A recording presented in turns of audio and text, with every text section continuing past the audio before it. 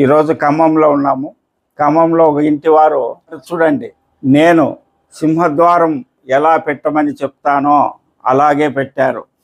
ఈశాన్యపు గదికి సెంటర్లో ద్వారము, అవతలకు విండో, యువతలకు విండో, పైన విండో. ఇలా ఈశాన్యపు గదికి సెంటర్లో ద్వారం పెట్టిన వాళ్ళందరూ కూడా చాలామంది అభివృద్ధి చెందుతూ ఉంటారు. పిల్లలు విద్యావంతులు అవుతారు. మీ అబ్బాయిలు ఏం చదువుతున్నారప్ప? పెద్ద అబ్బాయి ఏమో ఎంబీఏ చేసి జాబ్ చేస్తున్నాడు. చిన్న అబ్బాయి ఏమో సిఎస్ చార్టర్ అకౌంట్ చేసి జాబ్ చేస్తున్నాడు ఇక్కడ హైదరాబాద్. చూడండి, పెద్ద అబ్బాయి ఎంబీఏ చేసి జాబ్ చేస్తున్నాడు, చిన్న అబ్బాయి చార్టెడ్ అకౌంటెంట్గా చేసి జాబ్ చేస్తూ ఉన్నాడు. ఇలా మీరు కూడా అభివృద్ధి చెందాలంటే ఇలా ఈశాన్యపు గదికి సెంటర్లో ద్వారం పెట్టుకోండి, అవతలకు విండో, యువతలకు విండో, పైన ఒక విండో పెట్టుకోండి. వీరిలాగే తప్పక మీరు కూడా అభివృద్ధి అవుతారని తెలియజేస్తున్నాను.